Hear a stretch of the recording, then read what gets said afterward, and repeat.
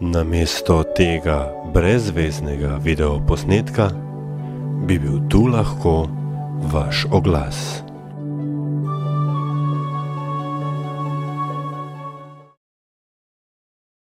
Še vedno ste v družbi Radia Kaos. V središču Ljubljane so danes, kot opozorile evropskim finančnim ministrom, ki so do včeraj zasedali na Brdu, potekale vse evropske delavske demonstracije, ki so se jih udeležili delavci iz 29 evropskih držav in iz 54 sindikatov.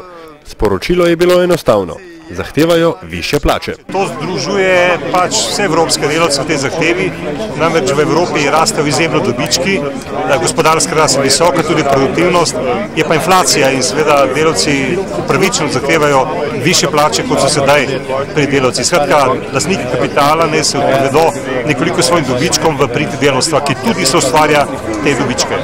Je dejal predsednik Zveze svobodnih sindikatov Slovenije Dušan Semolič, ki je dodal, da se je demonstracije udeležilo več kot 30.000 ljudi, kar je bila, tako na oko, sicer rahlo pretirana ocena, pa vendar, število udeležencev je šlo v 10.000 in njihovi pozivi so šli v isto smer. Delodajalcem in še posebej politikom sporočamo, da ne bomo v Evropi nikoli sprejeli plačne diskriminacije. Je na kongresnem trgu dejala Vanja Lundby-Wedden, predsednica Konfederacije evropskih sindikatov. Generalnega sekretarja te sindikalne centrale, Johna Monksa, pa je že včeraj sprejel tudi župan Zoran Janković. Gre za eden ključnih problemov bodočega razvoja Evrope in sveta, kako uskladiti, izmanjšati razliko med bogatimi in tistimi, ki prejemajo premajhno plačilo za svoje delo. Monksa pa smo vprašali, ali se zna zgoditi, da bodo račun za prihajajočo recesijo plačali evropski delavci.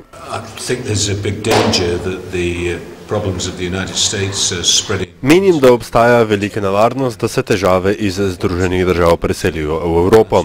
Zato mislim, da je pomembno, da finančni ministri in šefi centralnih bank, ki se srečujejo v Ljubljani, sprejmejo potrebne ukrepe.